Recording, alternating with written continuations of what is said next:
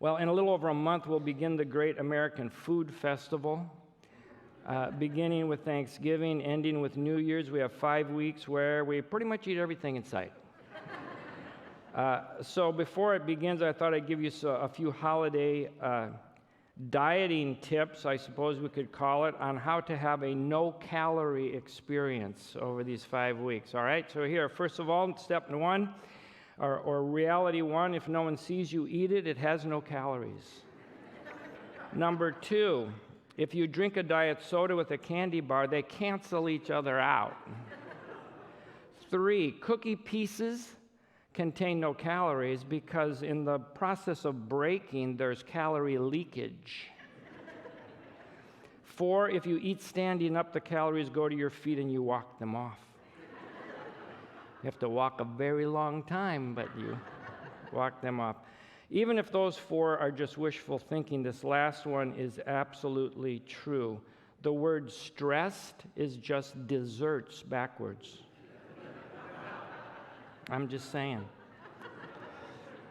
So with all that in mind, the first 3 words of 1 Corinthians 8 are most appropriate for this time of year, now concerning food. However, even if on the surface this chapter appears to be all about food, it actually has nothing to do with food and everything to do with relationships, especially relationships between Christians. The book is Paul writing and talking about this. 1 Corinthians is talking about relationships.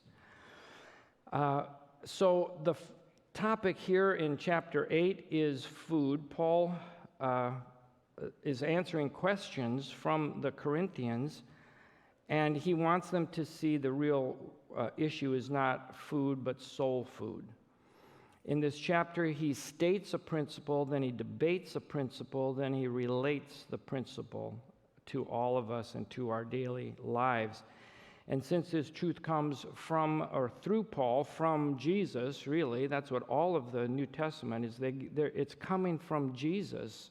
We make a mistake in saying, Paul said or John said. They did say it, but they got it from Jesus. And since it's from Jesus, we need to take what he's teaching us rather seriously. So first, let's listen to Paul as he states the principle. In the previous chapter, chapter 7, it begins with the words, now concerning the matters about which you wrote me. So Paul has been asked several practical questions on practical issues. Chapter 8, he addresses food that's been offered to idols. The question is whether or not it's right for a Christian to eat that food. For us to understand this, we need a little background. In Corinth, as was true in most of the Greco-Roman cities, Christians had to deal with realities that we probably don't have to face, at least not in America.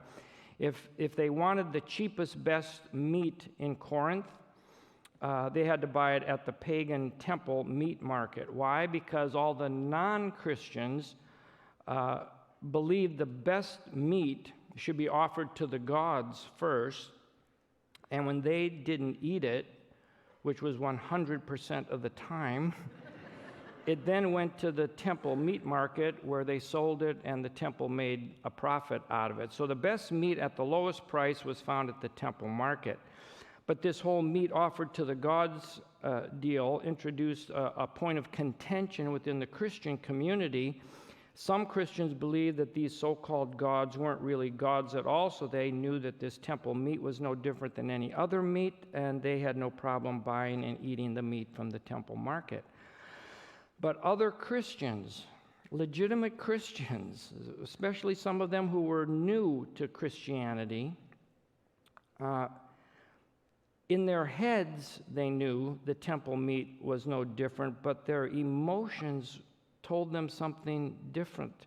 It felt to them like they were being unfaithful to God eating this meat. So, following their conscience, they refused to eat any meat that had anything to do with the temple idol worship. Now, you might say, but we don't have food offered to idols, so how is this relevant to us? But this isn't really about food, remember? This is about relationships. Listen again to verses 1 to 3. Now, concerning food offered to idols, we know all of us possess knowledge. This knowledge puffs up, but love builds up. If anyone imagines he knows something, he does not yet know as he ought to know. But if anyone loves God, he is known by God. Isn't that an interesting sentence? Why doesn't he say, if anyone loves God, he is loved by God? He doesn't say that. He says, if you love God, you are known by God. Paul is comparing two Greek concepts, kenosis and agape. Kenosis, knowledge. Agape, love. Greek idea of knowledge is pretty much our concept of knowledge. In fact, that's basically where we got it, I think. It simply means possession of information on a certain topic. But the biblical understanding of love is quite different from our cultural understanding of love. Agape love is only love that is unconditional and sacrificial. In its purest form, this word refers to love that God is. Apostle John says God is love. So this is love that God is. Secondly, it's love that God shows.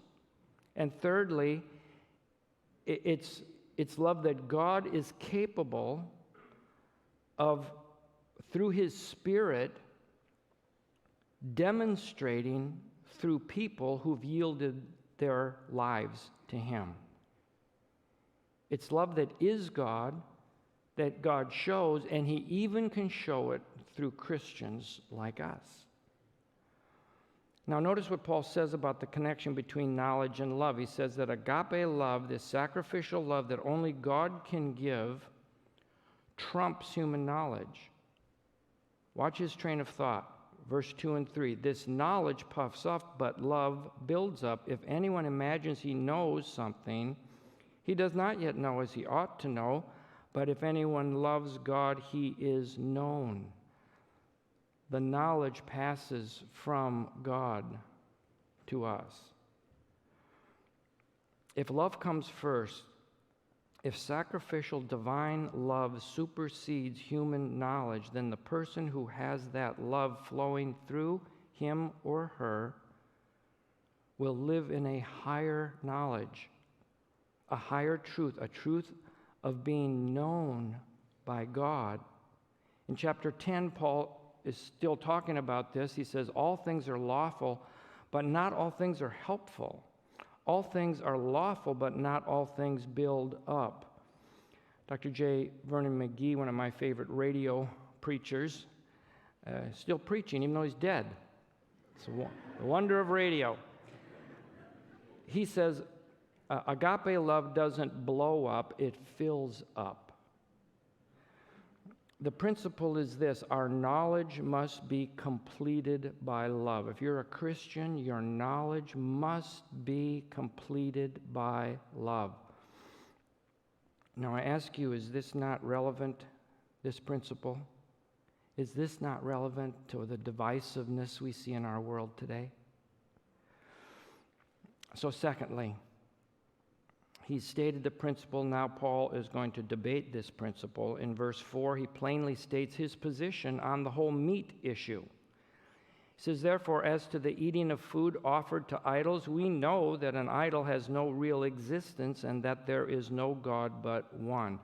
At this point, when this letter, I think, was first read in Corinth, I can just see all the meat-eating Christians smiling, nudging each other and saying, there you have it.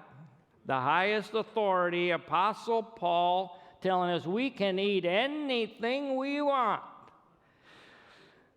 And they pick up their walking sticks and are starting to head over to the meat market, but Paul's next sentence stops them in their tracks.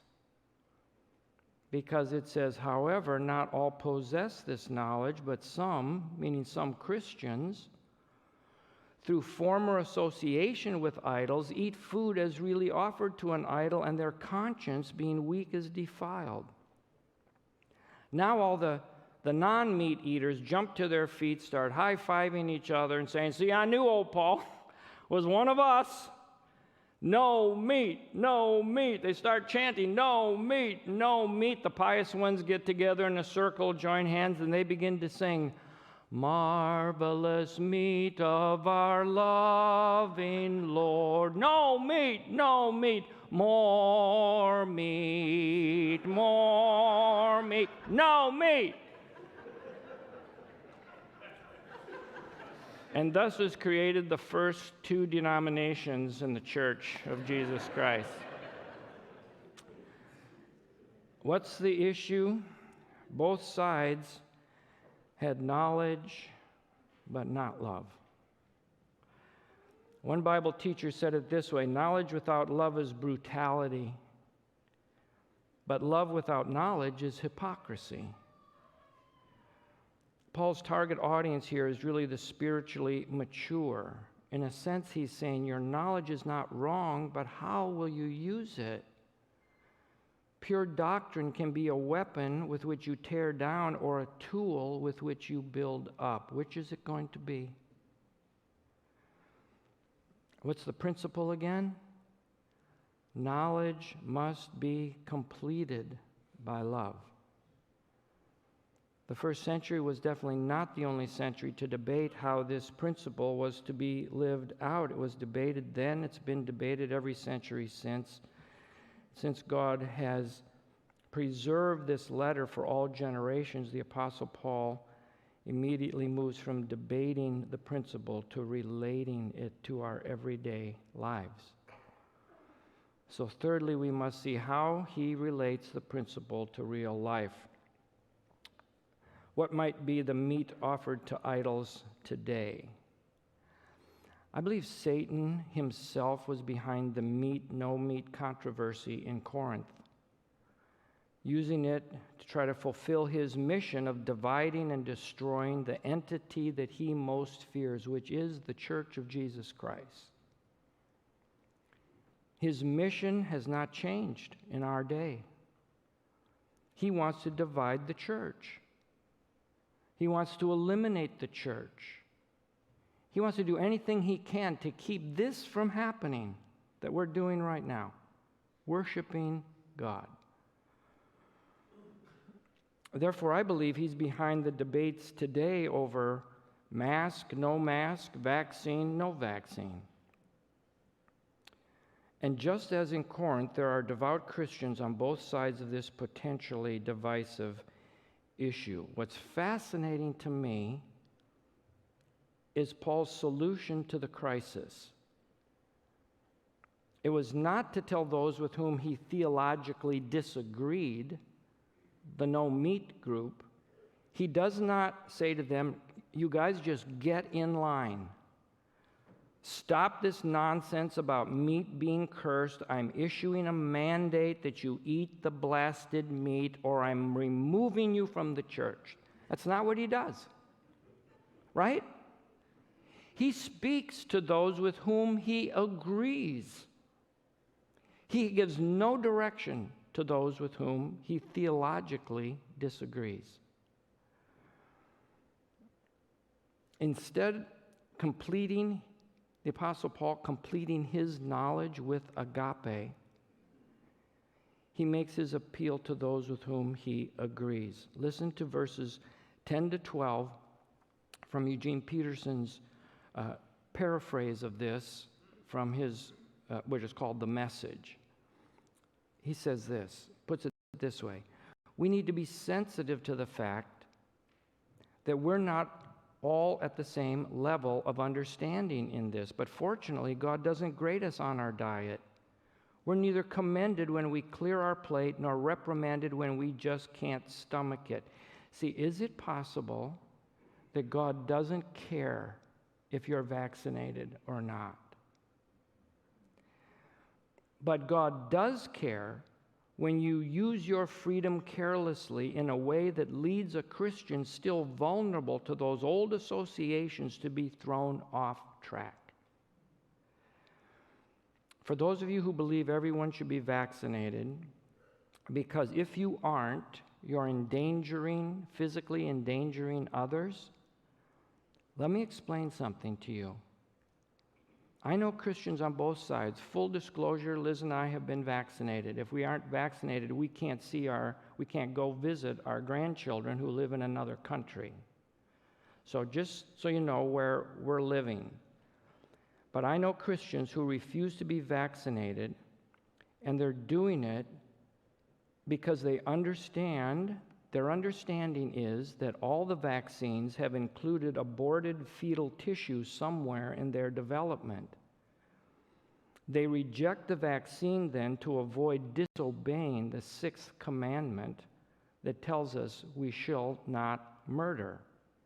And they don't want to be party to that in any way. They're willing to give up their vocations. I know several who've done this. They're not being selfish. Their consciences won't allow them to violate God's law. In verses 27 to 30 of chapter 10, Paul says again to the meat eaters that if you're invited to someone's house and they serve you meat offered to idols, go ahead, eat it. But, he says, if someone at the party says, I can't eat this because of my Christian conscience, he says to the meat eaters, then you should say, well, then I'm not eating it either. His point is this: in a public setting, your freedom is not the most important thing. Do what you want in private on these debatable matters, but in public, where other Christians are present, let their conscience set your boundaries. Again, Eugene Peterson's translation, I think, is most helpful. This is those verses from 1 Corinthians 10. For instance, say you flaunt your freedom by going to a banquet thrown in honor of idols, where the main course is meat sacrificed to idols. Isn't there great danger if someone's still struggling over this issue? Someone who looks up to you as a knowledgeable and mature person sees you go into that banquet. The danger is he'll become terribly confused, maybe even to the point of getting mixed up himself in what his conscience tells him is wrong. Christ gave up his life for that person. Wouldn't you at least be willing to give up going to a dinner for him? Because as you say, it doesn't really make any difference. But it does make a difference if you hurt your friend terribly, risking his eternal ruin. When you hurt your friend, you hurt Christ. A free meal here and there isn't worth it at the cost of even one of these weak ones. His point? We can be right in our knowledge and all wrong in our spirit. Or we can temporarily suspend our rights, give up a freedom that is truly ours by accepting a temporary limitation. And if we do that, it will most often diffuse the conflict and even lead someone else to perhaps a greater freedom than they have ever experienced. So enough of principle talking. What does this look like? In a real life situation, what would that look like? Watchman Nee tells about a Chinese Christian. This is back at the beginning of the last century, who owned a rice paddy next to another Chinese person and family, and that man was a communist. The Christian irrigated his paddy by pumping water out of a canal that came by. And I don't know if you've seen some of these third world means of pumping. It usually looks like somebody riding a stationary bike. They're pedaling, and that operates the pump. He pumps water, but that's how he has to do it. It takes him a couple hours to pump this water. And what was happening is, at night, under the cover of darkness, the communist guy was opening up a couple boards that separated their two paddies and draining all the water out of the Christian's paddy into his.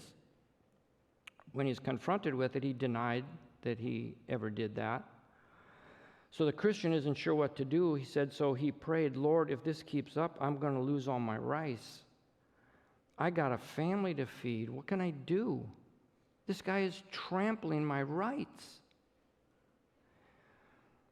he said that night the Lord put a thought in his head.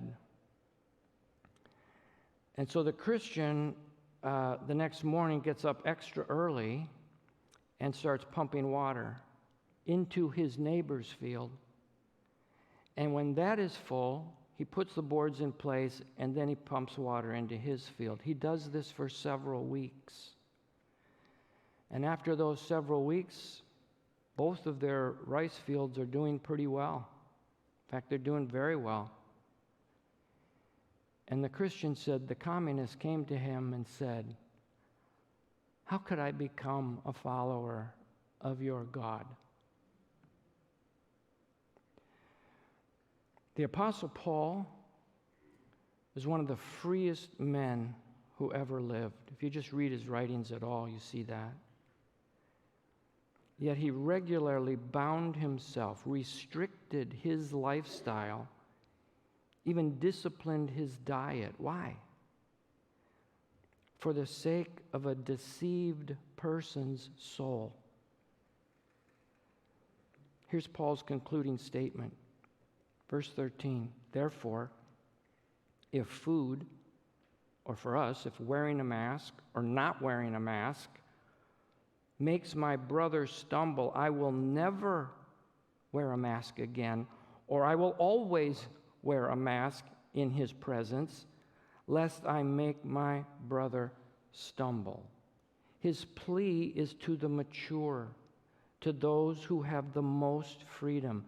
His request is, would you be willing to temporarily suspend some of your freedom, to spend some of your freedom? It will cost you.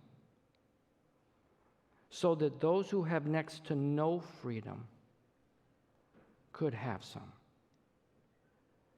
The question isn't how much do you love others? The question is, how much do you really want to be like Christ? Archbishop Secker wrote this: God has three sorts of servants in this world. Some are slaves. They serve God from fear. Others are hirelings. They serve for wages. And the last are sons and daughters who serve because of love. So why are you serving God? Are you serving because you fear him? That's the attitude of a slave, someone who thinks continually about their rights.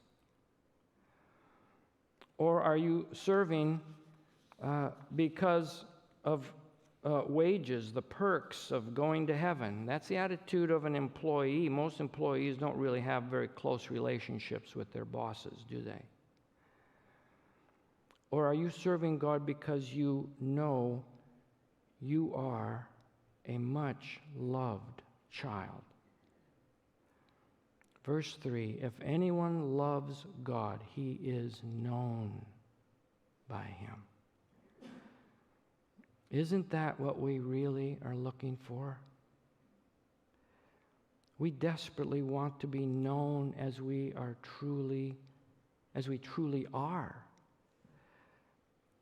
Not the smiley face us, not the dressed up for Sunday us, not the act your age us. We want someone who knows us, the real us.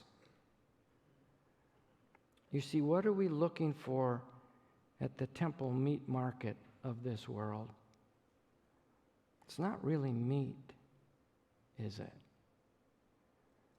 Aren't we looking for someone who, when they find out who we really are, won't turn their back and run? God issues an invitation to you personally. It's his words through the prophet Isaiah. Listen to what he says. Come, everyone who thirsts, come to the waters. And he who has no money, come, buy and eat. Come, buy wine, milk, without money, without price. Why do you spend your money for that which is not bread, meaning for bread for your soul? and you labor for that which does not satisfy, incline your ear. Come to me. Hear, that your soul may live. What's the condition of your soul today? Is there something inside that is so thirsty and you have not found anything to quench that thirst? Our God says, if you'll take the risk of loving me, you'll gain the certainty that I know you and I accept you and I love you, warts, sins, and all. That's when you'll experience freedom. Freedom is not doing whatever you want. Freedom is having someone who knows every one of your deepest secrets, yet he loves you still. Do you have that freedom today?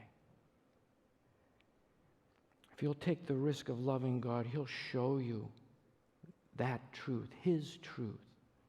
And that's the truth that Jesus says will set you free.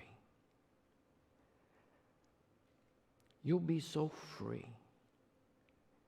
that you'll be even able and willing to spend some of your freedom so that someone else might be free as well. Take the risk. Declare your love for God. Right now, I'm going to give you a chance to do that.